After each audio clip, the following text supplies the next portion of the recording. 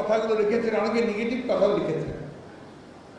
তাদেরকে বুঝতে হবে যে 50 বছর আগে যে ঘটনাগুলো ঘটেছিল, যে স্বাধীনতা যুদ্ধ হয়েছিল, তা 50 বছর পরে আজকে যে একেবারেই নতুন প্রজন্ম, তাদের প্রকৃত ইতিহাসটা জানার অধিকার রয়েছে। আজকে বাংলাদেশের যে রাজনৈতিক প্রেক্ষাপট, সেই প্রেক্ষাপটে সত্যকে সম্পূর্ণভাবে এড়িয়ে গিয়ে একটা দলীয় ধারণা এই জাতির উপরে চাপিয়ে দেওয়া হচ্ছে। আমরা সেইখানে একটা অবস্থান নিতে চেয়েছি।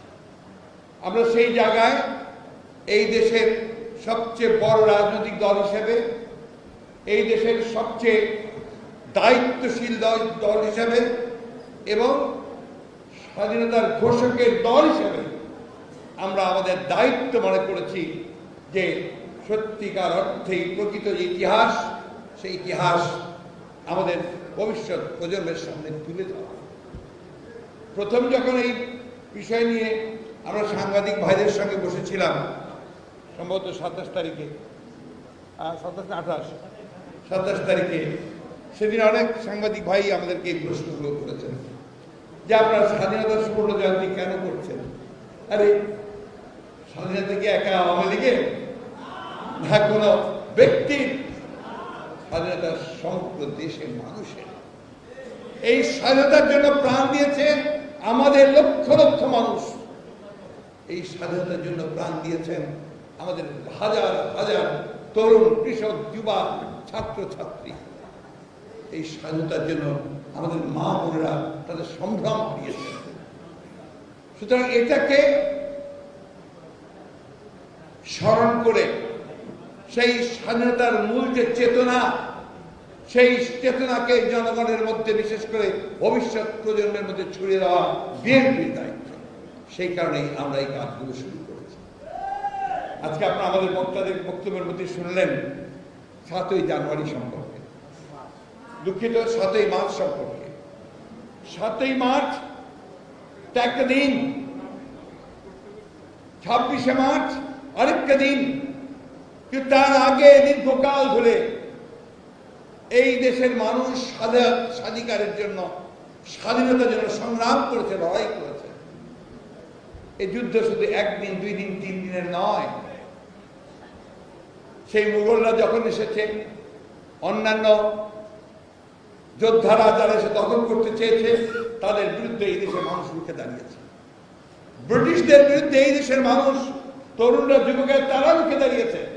তারা স্বাধীনতার জন্য সংগ্রাম করেছে, লড়াই করেছে। প্রীতিলতা, সূর্য সেন, মাস্টারদা, তাদের কথা কেউ ভুলতে পারে না। ভুলতে পারে না তিতুমিরের কথা। বাস্তবতা, স্বাধীনতার জন্য লড়াই করেছে। এই দেশের মানুষ এই পাকিস্তান হওয়ার পর থেকে পাকিস্তানিদের যে বৈষম্যমূলক চিন্তা ভাবনা, তাদের যে এক্সপ্লয়টেশন, বাংলাদেশের মানুষকে অবহেলা করবার যে সম্পূর্ণভাবে যে উদ্যোগ, তার বিরুদ্ধে এই দেশের মানুষ রুখে দাঁড়িয়েছে। কারা রুখে দাঁড়িয়েছে? সবার আগে আমাদের ছাত্ররা রুখে দাঁড়িয়েছে 1952 সালে ভাষা আন্দোলনের মধ্য দিয়ে। এভাবে প্রতিটি মুহূর্তে, প্রতিটি সময়ে এই দেশের ছাত্রছাত্রীরা, তরুণরা, যুবকেরা তাদের দেশের স্বাধীনতাকে আনবার জন্যে, তার অধিকারকে রক্ষা করবার জন্যে, একটা গণতান্ত্রিক রাষ্ট্র ব্যবস্থা নির্মাণ করার জন্য তারা লড়াই করেছে, যুদ্ধ করেছে, বুকের তাজা রক্ত দিয়ে দিয়েছে। বন্ধুগণ, আওয়ামী লীগ কি করছে? আওয়ামী লীগ অত্যন্ত সুপরিকল্পিতভাবে এই নতুন প্রজন্মকে সেই ইতিহাস থেকে বঞ্চিত করে তাদেরকে একটা ভ্রান্ত ইতিহাস দিচ্ছে, একটা ধারণা দিচ্ছে যে একটাই মাত্র দল, একজনই মাত্র ব্যক্তি আর একটাই গোষ্ঠী বা পরিবার যারা এই দেশের সব কিছু এনে দিয়েছে, সব স্বাধীনতা এনে দিয়েছে, উন্নয়ন এনে দিয়েছে, এখানে মানুষের অধিকার এনে দিয়েছে। আমরা সেই ধারণাটার সত্যটা তুলে ধরতে চাই। আমরা তুলে ধরতে চাই যে এই দেশের স্বাধীনতার জন্য কখন, কবে থেকে কারা কারা তারা প্রাণ দিয়েছে, রক্ত দিয়েছে, সংগঠিত হয়েছে, সংগ্রাম করেছে। একটা কথা দেখবেন, তাদের বক্তব্যের কোথাও এই তো ফারাকুটির কথা খুঁজে পাবেন না। পাবেন না। তারা যখন বক্তব্য দেয় তোফার আহমেদের কথা বলে, তারা আওয়ামী লীগের প্রতিষ্ঠাতা সভাপতি মৌলানা আব্দুল হামিদ খান ভাসানীর নামে একবারও উচ্চারণ করেন না। এমনকি যুদ্ধের যে সর্বাধিনায়ক ছিলেন এমএজি ওসমানী, তার নামও তারা একবারও উচ্চারণ করেন না। এমনকি যুদ্ধকালীন সময়ে যে সরকার, প্রবাসী সরকার যিনি নেতৃত্ব দিলেন তাজউদ্দিন আহমেদ, তার নামও একবার উচ্চারণ করে না। কত সংকীর্ণ এরা, কত ভয়ঙ্কর, যে শুধুমাত্র তাদের ব্যক্তিগত স্বার্থে ক্ষমতায় টিকে থাকার জন্য, নিজেদেরকে মহিমান্বিত করার জন্য, একজন মানুষকে মহিমান্বিত করার জন্য, একটি পরিবারকে মহিমান্বিত করার জন্য তারা শুধুমাত্র মিথ্যা ইতিহাস এই দেশের মানুষের উপরে চাপিয়ে দিতে চায়। অনেক নাম, অনেক কথা, অনেক ইতিহাস, অনেক দীর্ঘ সময় দরকার। সেজন্য আমরা সারা বছর ধরে বিভিন্ন ইস্যুগুলোর উপরে আমরা এক এক দিন এক একটা বিষয় রেখেছি। আমার বিশ্বাস আজকে যেভাবে আপনাদের অনেকেরই, নতুন প্রজন্মে অনেকেরই অনেক নতুন কিছু জানলেন আপনারা, সেইভাবে প্রত্যেকটা আলোচনার মধ্য দিয়ে আপনারা সেগুলো জানতে পারবেন বলে আমি বিশ্বাস করি। আমরা যুদ্ধ করেছিলাম, যেটা মোশাররফ বলেছেন, যুদ্ধ আর সংগ্রাম দুটোর সঙ্গে একটা সম্পর্ক অবশ্যই রয়েছে, কিন্তু সংগ্রাম আর যুদ্ধ এক নয়। যুদ্ধ হচ্ছে যখন অস্ত্র হাতে সশস্ত্র ভাবে আপনি একজন এনিমি, প্রত্যক্ষ যে শত্রু আপনার, তার বিরুদ্ধে আপনি যখন লড়াই করতে শুরু করেন, যুদ্ধ করতে শুরু করেন, তাকে হত্যা করার জন্য আপনি কাজ করেন, সেটাই হচ্ছে যুদ্ধ। তাকে পরাজিত করার জন্য আপনি সেই হত্যা করেন। সংগ্রাম তো সবসময় জাতি করে, মানুষ করে, পরিবার করে, বিভিন্নভাবে একটা মানুষের সে সংগ্রাম করে তার জীবনের জন্য। আমি সেই কথাটাই বলছি যে এই যুদ্ধ আর সংগ্রাম, এই সংগ্রাম দীর্ঘদিনের। এখানে আমাদের অনেক অনেক ত্যাগী মানুষ, শ্রদ্ধেয় নেতা যারা আমাদের জন্য সংগ্রাম করে চলে গিয়েছেন সবসময়, তাদের নামগুলো আমাদের উচ্চারণ করা প্রয়োজন। আমাদের উচ্চারণ করা প্রয়োজন সেটা ফজলুল হক সাহেবের কথা, উচ্চারণ করা প্রয়োজন মৌলানা আব্দুল হামিদ খান ভাসানীর কথা, উচ্চারণ করা প্রয়োজন শেখ মুজিবুর রহমানের কথা, উচ্চারণ করা প্রয়োজন ওলি আহাদ সাহেবের কথা। এরকম অসংখ্য মানুষ আছেন যারা এই দেশের সংগ্রামের, মানুষের পরিবর্তনের জন্য তারা সংগ্রাম করেছেন। কিন্তু যুদ্ধ, যেটা আমাদের ডক্টর মোশাররফ ইতিমধ্যে বলেছেন, আমাদের কথা নয়, এগুলো ইতিহাস, এগুলো একটা তথ্য, একটা বই, সব কিছুতে লেখা আছে। এমনকি যারা রিসার্চ করছেন তাদের রিসার্চ ওয়ার্কের মধ্যে উঠে এসেছে যে শহীদ প্রেসিডেন্ট জিয়াউর রহমানের যে ঘোষণা, এই ঘোষণায় সমগ্র জাতিকে উদ্দীপ্ত করেছিল স্বাধীনতা যুদ্ধে ঝাঁপিয়ে পড়ার জন্য। That is the truth. এখানে কাউকে ছোট করা হয় না বা কাউকে বড় করে দেওয়া হয় না। কেন আপনারা দাঁড়াও, কথা শোনো, খালি স্লোগান দিলে হবে না ভাই, জানতে হবে, বুঝতে হবে, কথাগুলো বলতে হবে। এদের একমাত্র কাজ হচ্ছে সকলের যে অবদান আছে সেটাকে একবার দূরে সরিয়ে নেওয়া। তাদের একমাত্র এক নেতা, এক দেশ, বঙ্গবন্ধু বাংলাদেশ। হ্যাঁ, এই স্লোগান তারা এখন না, এই স্লোগান তারা শুরু করেছিল 1971 সালের পর থেকেই। তখন থেকেই তাদের মধ্যে ছিল যে আমরা এক ও দ্বিতীয়, এক নেব দ্বিতীয়, একজন ছাড়া কেউ থাকবে না। এই তারা করেছে। এখনো সেই একই কাজ শুরু হয়েছে। কি অদ্ভুত কাণ্ড! এখন সবকিছু দায় তার উপরে, শেখ হাসিনার উপরে সবকিছু। আপনার তাহলে বলতেই হবে, যখন আপনার আল জাজিরাতে আসে অল প্রাইম মিনিস্টার্স মেন, তখন কি অপরাধ তারা করে? কারণ সবকিছু তো একজনের উপরে, দায় একজনের। আজকে অস্বীকার করার তো উপায় নেই। আজকে অত্যন্ত সুপরিকল্পিতভাবে, সচেতনভাবে তারা স্বাধীনতার সঙ্গে সবচেয়ে বড় বিশ্বাসঘাতকতা করেছে। তারা এই দেশের মানুষের যে আশা আকাঙ্ক্ষা, 30 লক্ষ মানুষের যে আত্মাহুতি, সবকিছুর সঙ্গে বেইমানি করে তারা আজকে গণতন্ত্রকে কেড়ে নিয়েছে। বন্ধুরা, এটা বাস্তবতা। কোথায় আমার অধিকার আজকে? কেন আজকে মুস্তাক আহমেদকে জেলের মধ্যে মারা যেতে হয় বিনা চিকিৎসায়? কেন আজকে কিশোরকে তুলে নিয়ে গিয়ে 69 ঘন্টা তার কোনো খবর থাকে না, তাকে নির্মম নির্যাতন করা হয়? একটা দুটা কেস। আর আমাদের ছেলেরা যখন গণতন্ত্রের জন্য সংগ্রাম করতে গিয়ে, লড়াই করতে গিয়ে তাদেরকে পয়েন্ট ব্ল্যাঙ্ক রেঞ্জে গুলি করে মারা হয়, যখন তাদেরকে গুম করে দেওয়া হয় ইলিয়াস আলীকে, এখনো তার সেই মেয়েটা, ছোট মেয়েটা, সে তখন 6 বছর ছিল, সে এখনো তার বাবাকে খোঁজে। কিশোর কার্টুন এসেছে, বলছে কি অপরাধ করেছিলাম? আমি তো একটা কার্টুন এঁকেছিলাম। সেই কার্টুন হচ্ছে একজন ব্যবসায়ীর বিরুদ্ধে একটি কার্টুন।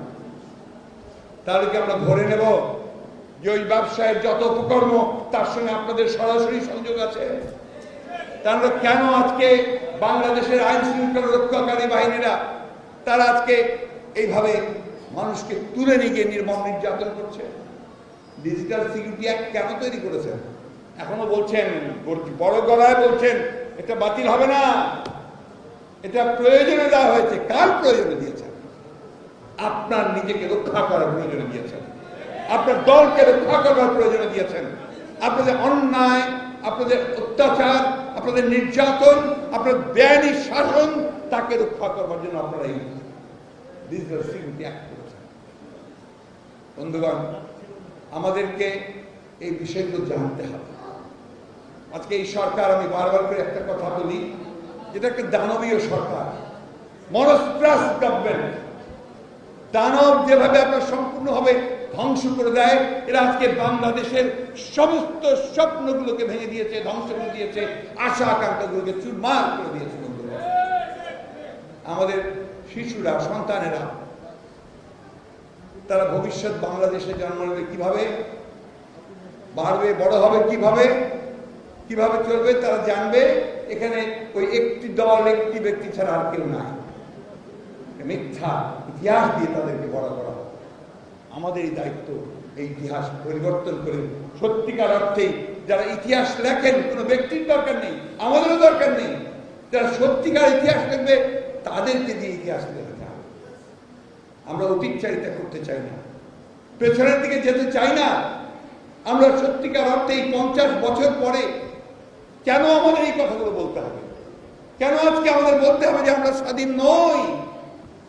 কেন বলতে হবে যে আমার অধিকার নেই?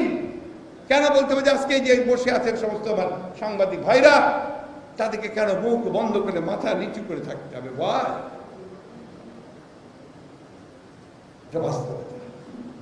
একটা টক শো শুনছিলাম কয়েকদিন আগে, এতে আমাদের নাইমুল ইসলাম সাহেব ছিলেন, এটা আমেরিকা থেকে চালাচ্ছিল একজন কেউ, এবং সেখানে ইলিয়াস সাহেব ছিলেন।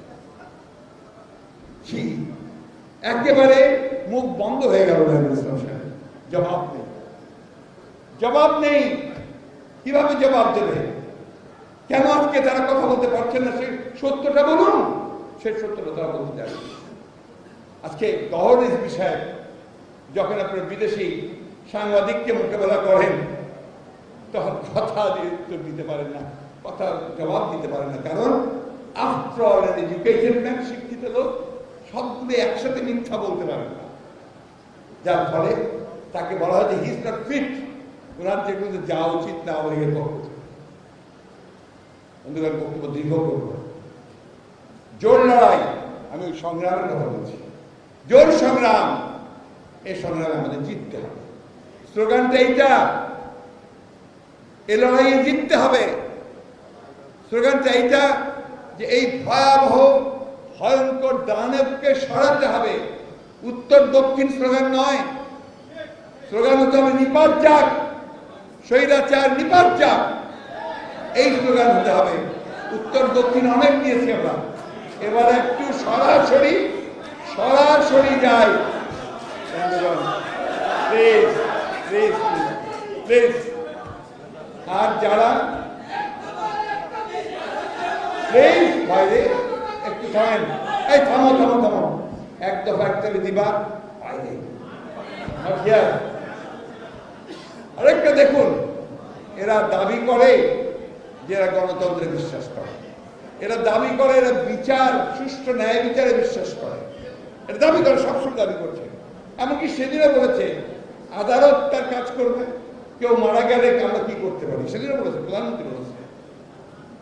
একটা মিথ্যা মামলা দিয়ে গণতন্ত্রের জন্য যিনি দীর্ঘ সংগ্রাম করলেন 9 বছর, আমাদের দেশনেত্রী বেগম খালেদা জিয়া একটা মিথ্যা মামলায় তাকে সম্পূর্ণ সাজিয়ে তাকে আটক করে রেখেছেন, সাজা দিয়েছে।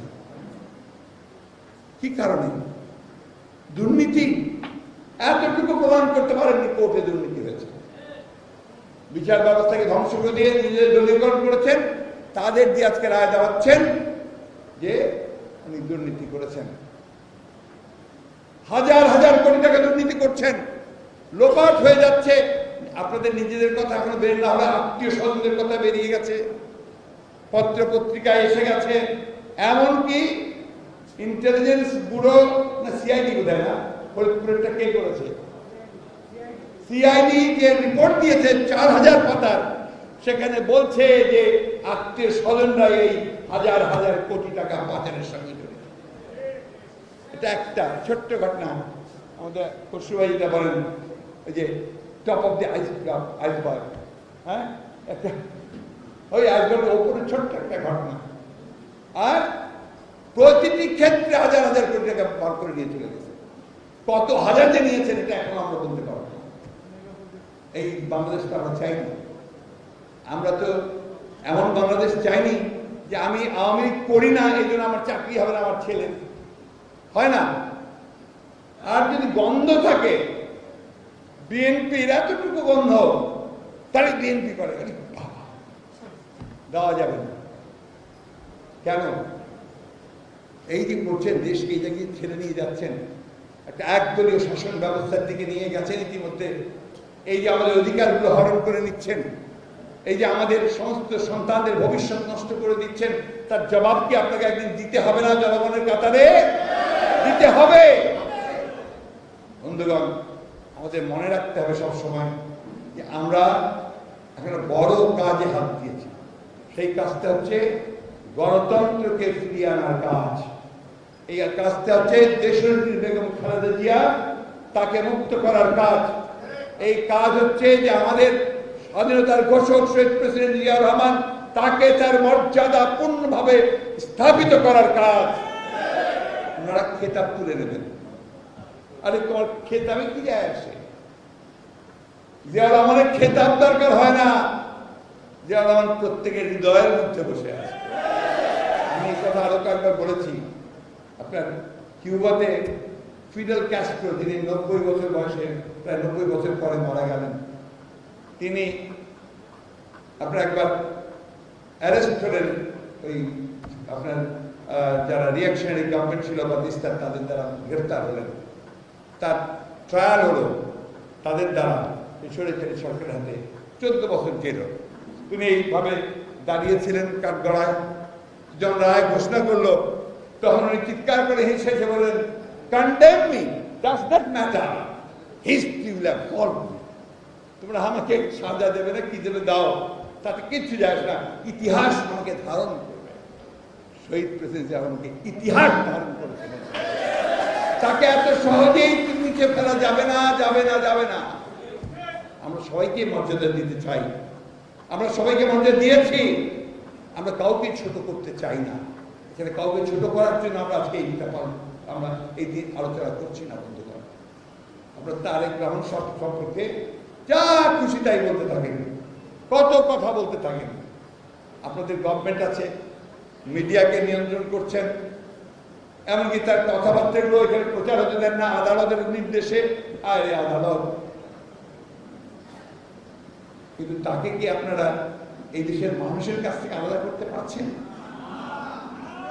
ছড়িয়ে পড়েছে ইতিমধ্যে গ্রামে গঞ্জে, পথে প্রান্তরে, প্রত্যন্ত অঞ্চলে তারেক সাহেব আসছে, এটা ছড়িয়ে পড়েছে।